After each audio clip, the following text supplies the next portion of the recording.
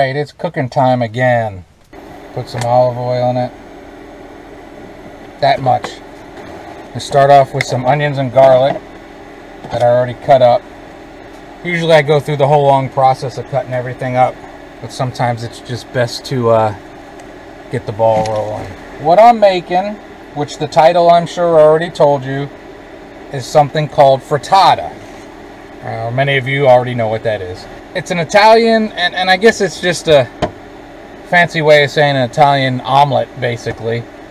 I'm going to have to do it a little bit different because I'm in the RV and I don't have an oven, but we're going to try to get it going. So, garlic and onion is always helpful. Get things started. I think we got a little lean, so let's see if we can do something here. That gets us a little better. So that takes a couple minutes. I'm gonna ramble about this, I guess. Okay, we're back. Phone call. So put this back on medium. I'm not sure where I was with the rambling, so I'll go back to it. But frittata is a great thing. I don't think there's like a set, this is how you always make frittata. But I think with potato is quite common. But I really do look at this as just Italian leftover omelet kind of thing. I often use asparagus a lot of times in the one I make. So that's always good. And this time there's not going to be an asparagus, but there's going to be a little bit of leftover stuff once this onion gets going. Now, when I ever make this, it often makes me think of something similar that I've never actually made, but I've eaten a few times. I have some relatives in Utica, New York, and there's a thing there called Utica greens. I guess the area is famous for it. I've had it a couple times, I think, at Chesterfield and Delmonico's. I think I've had it there, but there's a lot of places in Utica that make it. And basically, it's not a frittata, but this makes me think of it. It's Utica greens will have hot peppers. I think they use chicken broth, escarole, a bunch of different cheeses. I think they throw prosciutto in there, which prosciutto is just, you know, cured ham or cured bacon, whichever you want to consider it. And pecorino is, I think pecorino, I don't know for sure. I'd have to look it up. And they throw some breadcrumbs in it. But if you ever get to Utica, New York, I guess Utica made it famous. And again, I think really it's just a variation of Italian greens. But I was talking to somebody recently about Utica greens. Somebody that knows the Utica area but haven't had Utica greens. If any of you know the area, have been to the area or anything like that, get some Utica greens. I think Chesterfields, if I'm remembering, I mean, they're all pretty good. It's like anywhere. Maybe one day I'll break down and try to make it, but it's a project to make. These are getting pretty close. So I'm gonna throw in some mushrooms that I've already done. Usually I give you a time lapse of doing that, but you know, mushrooms are mushrooms. I think 3 or 4 decent sized mushrooms is what I'm putting in. Some people use butter, some people use olive, you know, whatever you want. I'm just trying to give you an idea here. If there's a vegetable you love, throw it in there. If there's a vegetable you hate, leave it out, right? And if you're wanting measurements for stuff, I have no clue. I just do stuff. All right, we'll come back.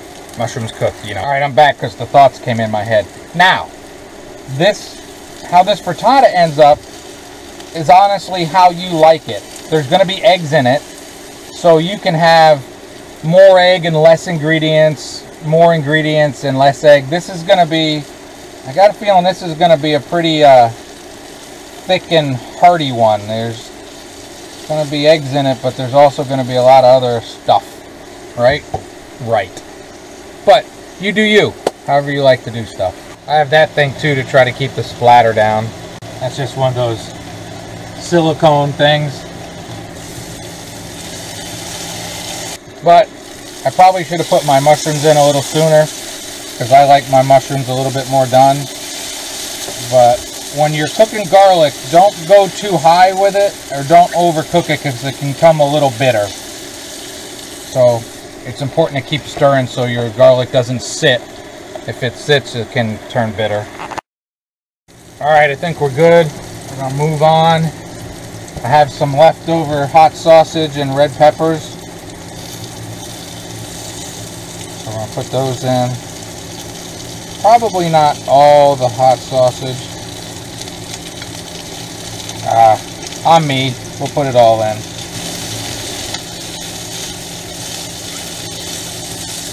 See, that's going to be a pretty thick one. Get that up to heat. I'm going to move this. Hopefully not break everything. We made it. Let that keep going for a minute. Alright, now we're going to do the eggs portion. This is my pampered chef. I found the older, bigger one. Some eggs. I always break an egg outside. We're going to do 5 eggs. Now, a lot of people like a fancy whisk. And you can put milk in this too, but I didn't have any milk. I didn't grab any milk. But I just use a fork. I don't need a fancy whisk. Okay, we'll put some mozzarella in there. How much? I don't know. Stir that in. See if we need more.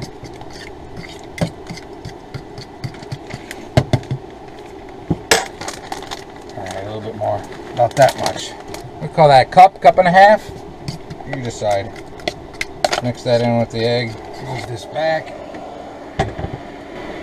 We're just gonna stir the eggs and cheese right in there. Again, this is, I would say this is thicker than I normally do it. And I'm also going to do some pepper. A lot of people would add salt here. I very rarely actually add salt to anything, which would get me in trouble. But I think most everything has enough salt in it as it is. Alright. So there is the frittata. I'm going to turn it up to medium. And what it's going to do now is you watch for it. You stir it maybe once or twice more, but you're not really trying to make an omelet. But you'll see when it starts separating from the pan, it'll start to firm up.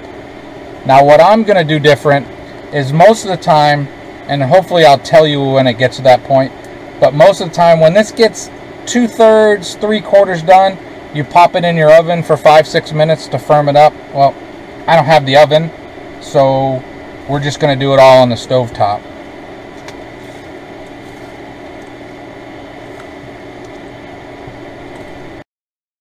You'll see it starts getting your little bubbles in it. It's nice. We're going to do another trick that I haven't done before towards the end. Give it a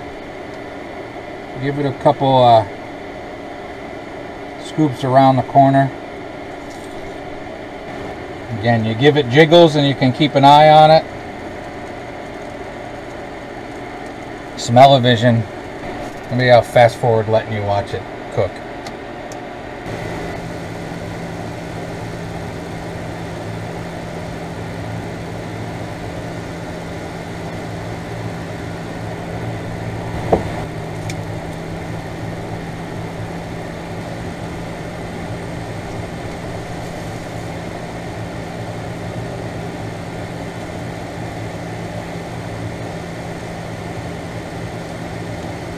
Getting closer. You can see it's starting to separate from the sides of the pan a little bit. Take your spatula. See, it's not sticking. And you want to check the bottom.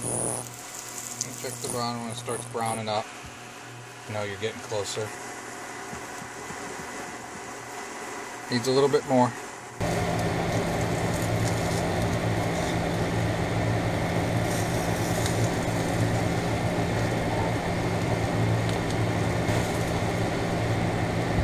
Just fiddling. Alright, you're getting your little steam volcanoes. And in my judgment, this is about the point where I would normally put it in the oven. But we got to go a little bit longer on the stovetop. pepper across the top of it. What the hell? You could season however you want to season. This will be sriracha free though. Coming along, let's see.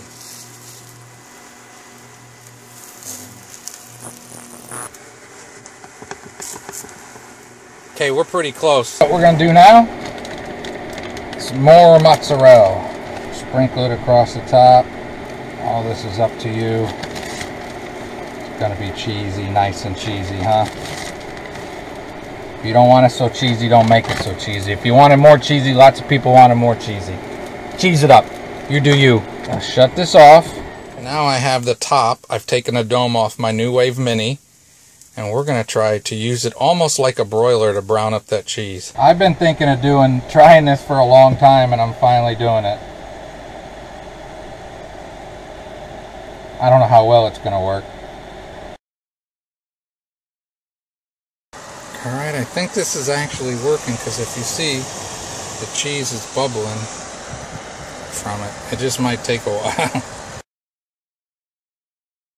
Alright, see, it's browning it. This did take a little bit of time, but it kind of worked.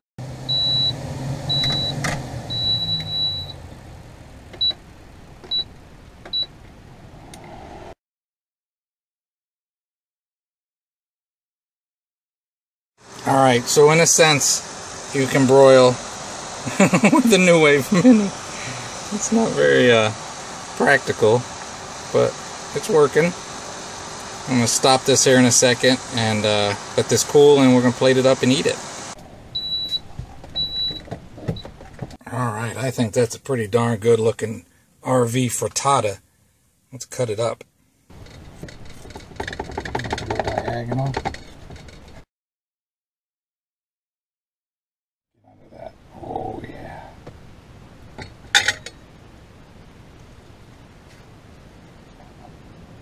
Okay. That's that. There's the frittata. It's hot. You can see the bottom, even though I cooked it all in the frying pan and not. Just flip it over. There's no burnt to it. It's got a nice brown. And it is, looks good. Doesn't that look good? Mm-hmm. You gotta try this. It's not that hard. Oh, awesome. Cheesy goodness. Do a flyover, huh? Here comes the flyover. I really like that I was even able to hit it with the broiler, basically, with the New Wave Mini and brown it up. Doesn't that look awesome? Frittata. Oh, but it needs another bite. All the goodness in there. I'm glad I finally did this. I've been wanting to do a frittata this way in here for a long time. That's some stuff right there. That's some definite good eating right there. Alright, it was so good I had to do it again. But I will say again, this is easy. You can do this. Have a great and wonderful day.